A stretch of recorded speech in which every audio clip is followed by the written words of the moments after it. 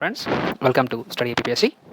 ఈరోజు మనం ఏపీ ఆర్థిక బడ్జెట్ని 2020-21 దానికి సంబంధించిన వివరాలు కొంచెం చూద్దాం. ఏపీ ఆర్థిక మంత్రి బుగ్గన రాజేంద్రనాథ్ రెడ్డి అందరికీ తెలిసిన విషయమే. తర్వాత బడ్జెట్ అంచనాలు వచ్చేసి మనకి 2,24,789.18 కోట్లు. బడ్జెట్ ఎప్పుడు కూడా మనకి కోట్లలో చూపిస్తారు. తర్వాత రెవెన్యూ వ్యయం ఎంత ఖర్చు పెట్టాలి? 1,80,392.65 కోట్లు.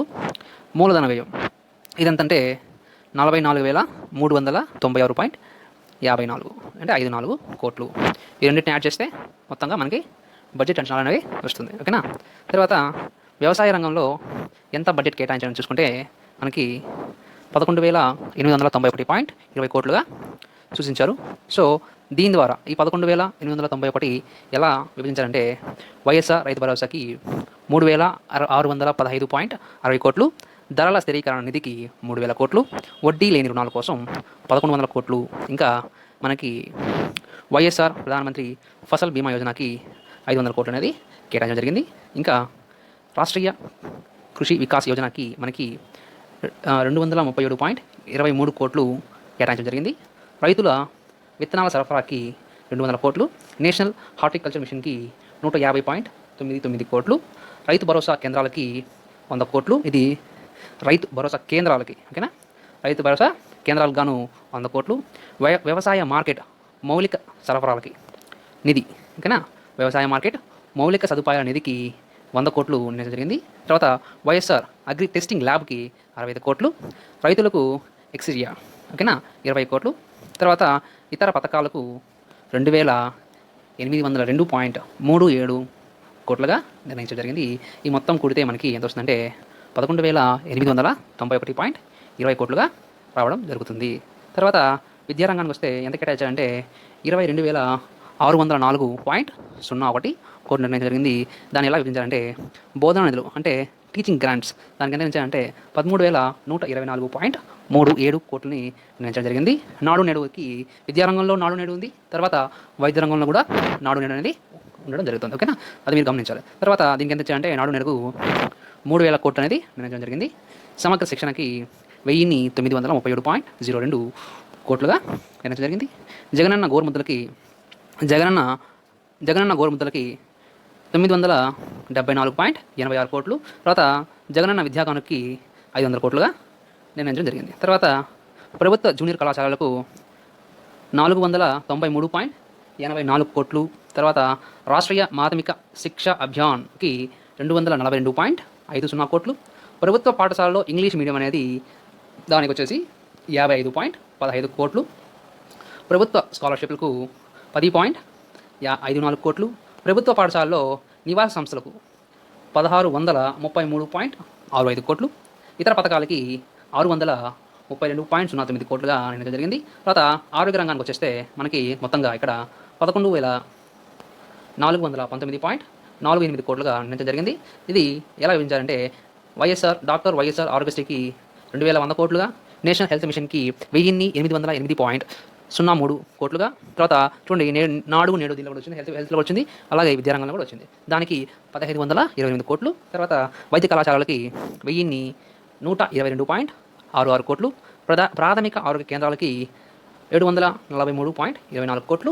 ఏపీ విద్యా విధాన పరిషత్ చూడండి, ఏపీ విద్యా విధాన పరిషత్లో మనకి పోస్ట్ అనేవి విడుదల చేయడం జరిగింది. దానికి సంబంధించిన నోటిఫికేషన్ అనేది ఆల్రెడీ రిలీజ్ చేశారు. దానికి ఆన్లైన్ అప్లై అనేది 19వ తేదీ స్టార్ట్ అవుతుంది. దీనికి సంబంధించిన వివరాలు అనేది నెక్స్ట్ వీడియోలో నేను చెప్తాను. ఓకేనా? దీనికి చూడండి, ఏపీ విద్యా విధాన పరిషత్కి 710 కోట్లు అనేది నిర్ణయించడం జరిగింది. దీనికి డ్రగ్స్ మందులు కేంద్రీకృత కొనుగోళ్ల కోసం ఎంతంటే 400 కోట్లు. తర్వాత చూడండి, 108, 104 సేవలకు సంబంధించి మొత్తంగా అడగచ్చు, కలిపి అడగచ్చు, లేదంటే విడివిడిగా కూడా అడగచ్చు. 108 సేవలకి 266.17 కోట్లు, 104 సేవలకి 204.12 కోట్లని కేటాయించడం జరిగింది. కుటుంబ సంక్షేమ కేంద్రాలకి ఎంతంటే 242.51 కోట్లు. మొత్తంగా చూసుకుంటే ఆశా వర్కర్లకి ఇతర పథకాలకి మనకి 2,294.74 కోట్లుగా నిర్ణయించడం జరిగింది. తర్వాత ఇంకా మనకి హౌసింగ్ వస్తే వైఎస్ఆర్ గృహ వసతికి 3,000 కోట్లు, ప్రధానమంత్రి ఆవాస్ యోజనలో మనకి 2540.12 కోట్లు. ప్రధానమంత్రి ఆవాస్ యోజన రూరల్ అంటే ఇది గ్రామీణ ప్రాంతాల్లో, ఇది అర్బన్ ప్రాంతంలో. గ్రామీణ ప్రాంతంలో మనకి 500 కోట్లు. తర్వాత బలహీన వర్గాల కోసం హౌసింగ్ పథకం కింద 150.21 కోట్లు 150.21 కోట్లు అనేది కేటాయించడం జరిగింది. తర్వాత పౌర సరఫరాలకు వచ్చేస్తే బియ్యంపై సబ్సిడీ కోసం మనకి 300 కోట్లు అనేది కేటాయించడం జరిగింది. బియ్యం ప్యాకెట్ల తయారీకి 100 కోట్లు. తర్వాత ఇది ఇంపార్టెంట్ గ్రామీణ ఇప్పుడు గ్రామ వార్డు సచివాలయ ఎగ్జామ్స్కి దీనిలోంచి క్వశ్చన్ ఖచ్చితంగా అడుగుతారండి. ఇన్ కేస్ అడగకపోయినా మనకి ఆశ్చర్యపోవాల్సిన అవసరం లేదు. ఎందుకంటే ఫిబ్రవరిలో పెట్టాల్సిన ఎగ్జామ్ అనేది జూలైలో పోస్ట్ అయింది కాబట్టి పేపర్ తయారు చేయడం అనేది వాళ్ళకి పెద్ద విషయమే కాదు. సో కాబట్టి ఈ బడ్జెట్ చదువుకుంటే మనకి నష్టం కలిగేది ఏం లేదు, కానీ దీనివల్ల లాభం కలుగుతుంది. కాబట్టి గ్రామ వార్డు సచివాలయాలకి ఎంతెంత కేటాయించారంటే గ్రామాల్లో ఉన్న వాలంటీర్లకి 1104 కోట్లు. తర్వాత గ్రామ సచివాలయాల్లో దాని కొరకు 1633 కోట్లు. అదే వార్డు అంటే ఇక్కడ పట్టణాల్లో నివసించే వాలంటీర్లకి 404 కోట్లు. తర్వాత పట్టణాల్లో ఉండే వార్డు సచివాలయాలకి 657 కోట్లు అనేది కేటాయించడం జరిగింది. ఓకేనా. దెన్ సెల్ఫ్ హెల్ప్ గ్రూప్కి మొత్తంగా మనకి 1362.08 కోట్లు కేటాయించడం జరిగింది. తర్వాత దీంట్లో 975.19 క్రోర్స్ అనేది డ్వాక్రా మహిళలకు వడ్డీ లేని రుణాల కోసం కేటాయించారు. అదే వైఎస్ఆర్ పట్టణ స్వయం సహకార బృందాలకు వడ్డీ లేని రుణాల కోసం 389.89 కోట్లు 89 కోట్లు కేటాయించడం జరిగింది. ఓకేనా. దెన్ ఆఫ్టర్ దట్ పరిశ్రమలకు ఎంత కేటాయించడం జరిగిందంటే ఎంఎస్ఎంఎల్కు ప్రోత్సాహాలకు 905.24 కోట్లు. పరిశ్రమల ప్రోత్సాహాలకి 735.38 కోట్లు. తర్వాత కడప స్టీల్ ప్లాంట్కి 250 కోట్లు. తర్వాత ఇన్సెంటివ్స్ ఫ్రమ్ ఇండస్ట్రియల్ ప్రమోషన్కి వచ్చేసి 185.42 కోట్లు. ఆంధ్రప్రదేశ్ ఇండస్ట్రియల్ ఇన్ఫ్రాస్ట్రక్చర్ కార్పొరేషన్కి 180.77 కోట్లు. తర్వాత ఎంఎస్ఎంఈ యొక్క మౌలిక సదుపాయాలకు దాని యొక్క అభివృద్ధికి 100 కోట్లు కేటాయించడం జరిగింది. దీని తర్వాత మౌలిక సదుపాయాలు దాని యొక్క అభివృద్ధి ప్రత్యేక అభివృద్ధి ప్యాకేజీ ఎంతంటే మౌలిక సదుపాయాల యొక్క ప్రత్యేక అభివృద్ధి ప్యాకేజీ అంటే 175 కోట్లుగా కేటాయించడం జరిగింది. తర్వాత కొత్త రాజధానికి అవసరమైన మౌలిక సదుపాయాలు కల్పించడానికి 500 కోట్లు అనేది కేటాయించడం జరిగింది. తర్వాత సీఎం ముఖ్యమంత్రి అభివృద్ధి నిధికి 100 కోట్లు. మహాత్మా గాంధీ జీవన ఉపాధి హామీ పథకం ఆ చట్టం కింద ఆ పథకానికి 200 కోట్లు. తర్వాత ప్రధానమంత్రి గ్రామీణ యోజన కింద ఓకేనా సడక్ యోజన కింద ఓకేనా ప్రధానమంత్రి గ్రామీణ సడక్ యోజన కింద పంచాయతీ రాజ్ రోడ్డు నిర్మాణానికి 839.19 కోట్లు కేటాయించడం జరిగింది. పంచాయతీ రాజ్ రోడ్లకి 360 కోట్లు. తర్వాత కొత్త రైల్వే నిర్మాణానికి దీంట్లో 50% స్టేటు 50% సెంట్రల్ అనేది షేర్ ఉంటుంది. కాబట్టి 50% షేర్ స్టేట్ది 150 కోట్లు. తర్వాత స్మార్ట్ సిటీకి దాని యొక్క డెవలప్మెంట్కి 300 కోట్లు. కడప యానిటీ ప్రాజెక్టులకి 350 కోట్లు. తర్వాత పులివందల ఏరియాలో డెవలప్మెంట్ కోసం ఏజెన్సీకు 100 కోట్లు. అనంతపురం జాతీయ రహదారి కోసం 100 కోట్లు. రాజధాని ప్రాంతం సామాజిక భద్రతా నిధి కోసం 65 కోట్లు అనేది కేటాయించడం జరిగింది. తర్వాత మహిళలకి మరియు శిశు క్షేమానికి ఎంతెంత చేశారంటే వైఎస్ఆర్ సంపూర్ణ పోషణకి 1250 కోట్లు. తర్వాత వైఎస్ఆర్ సంపూర్ణ పోషణ మరియు ప్లస్ ఒక్కోసారి రెండు కలిపి అడుగుతాడు, లేదంటే విడివిడిగా అడుగుతాడు. దీనికి 250 కోట్లు. దిశకి 50 కోట్లు. ఇది కొత్తది కాబట్టి ఖచ్చితంగా అడగచ్చు. తర్వాత ఇతర పథకాలు ఏంటంటే వైఎస్ఆర్ బీమాకి 1250 కోట్లు. తర్వాత లాయర్ల కోసం సంక్షేమం ట్రస్ట్కి 100 కోట్లు. ఏపీ డిజిటల్ కార్పొరేషన్ లిమిటెడ్కి 100 కోట్లు. తర్వాత భూముల రీసర్వే దానికి 100 కోట్లు. ఓకేనా. తర్వాత వైఎస్ఆర్ పెన్షన్ కానుకకి ఇది ఓవరాల్గా చూడండి. ఓవరాల్గా వైఎస్ఆర్ పెన్షన్ కానుకకి ఎంత 16,000 కోట్లు. వైఎస్ఆర్ ఆసరాకి 603 కోట్లు. అమ్మఒడికి 6,000 కోట్లు. జగనన్న విద్యా దీవెనకి 3,009 కోట్లు. జగనన్న వసతి దీవెనకి 2,000 కోట్లు.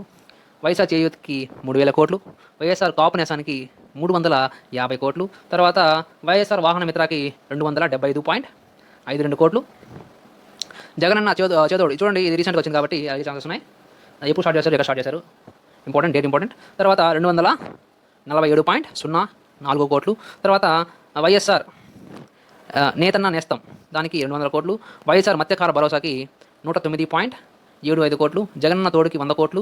వైఎస్ఆర్ లా నేస్తానికి 12.75 కోట్లు అనేది కేటాయించడం జరిగింది. జగనన్న తోడుకి 100 కోట్లు. తర్వాత వైఎస్ఆర్ లా నేస్తానికి 12.75 కోట్లు.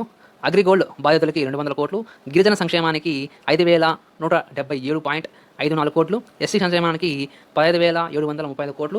బీసీలకి అభివృద్ధికి 25,331.30 కోట్లు, మైనారిటీ సంక్షేమాలకి 2055.63 కోట్లు, తర్వాత కాపు సంక్షేమానికి 2846.47 కోట్లు, విద్యుత్ రంగానికి 6984.72 కోట్లు, ఆర్థిక రంగానికి 50,700.03 కోట్లు, తర్వాత పౌర సరఫరాల శాఖకి మనకి 3,520.85 కోట్లు, ప్రాథమిక విద్య ఉన్నత విద్యకి 22,604.01 కోటి ఇలా కేటాయించడం జరిగింది.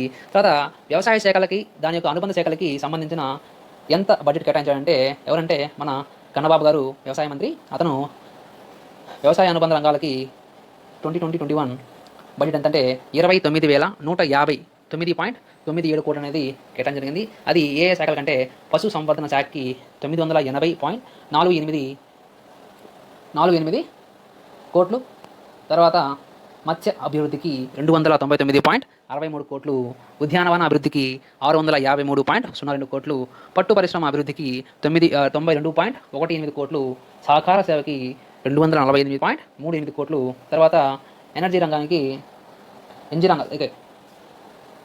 యూనివర్సిటీకి 402 కోట్లు, వైఎస్ఆర్ ఉద్యాన వర్సిటీకి 88.60 కోట్లు, వెంకటేశ్వర పశు వైద్యశాలకి 122.73 కోట్లుగా బడ్జెట్ అనేది కేటాయించడం జరిగింది. చూసారు కదండి, వ్యవసాయ రంగానికి, విద్యా రంగానికి, హెల్త్కి, హౌసింగ్కి, పౌర సరఫరాలకి, గ్రామ వార్డు సచివాలయాలకి ఇలా మన ఏపీ బడ్జెట్ అనేది కేటాయించడం జరిగింది. ఇది చదివిన తర్వాత మీకు ఏదైనా డౌట్స్ ఉంటే నాకు కామెంట్స్లో తెలియజేయచ్చు. And thank you. Have a nice day.